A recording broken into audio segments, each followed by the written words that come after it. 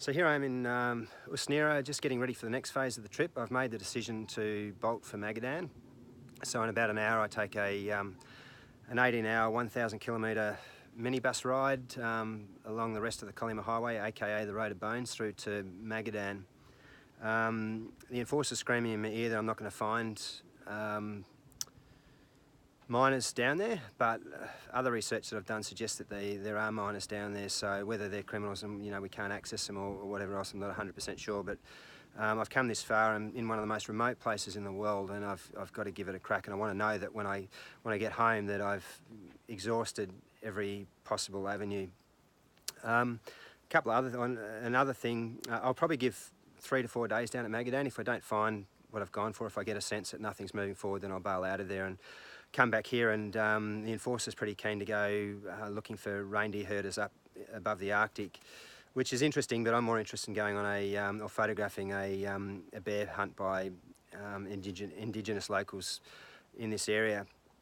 Something interesting happened yesterday, as I think I said in my video yesterday, as we were coming out of the prospectors camp, and we're pretty remote, like it was about a 3.5 hour drive from here, and then a 5 kilometre hike in on foot.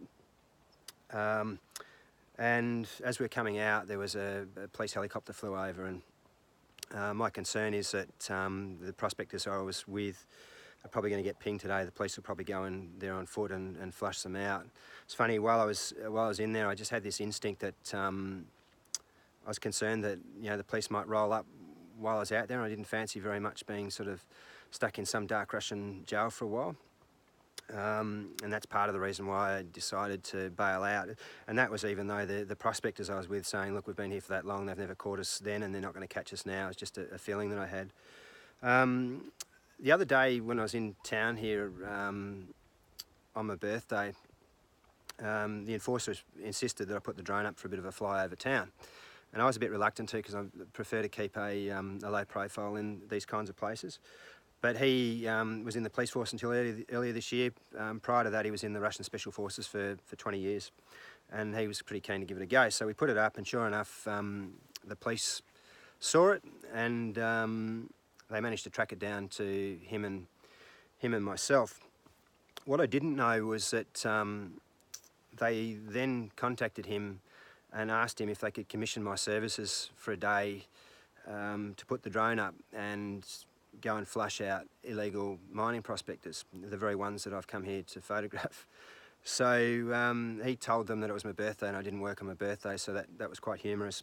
But one of the first prospectors the first area they wanted to check out was that gorge we've been in, 3.5, 4 hours here from town. So probably dodged a little bit of a bullet.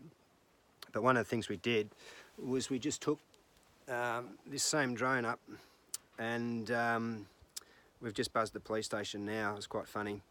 And we flew it down to the police station, over the police station, then landed it sort of about 3 metres from where they were standing on the steps of the police station. So it's a little bit crazy, but I suppose that happens on these trips.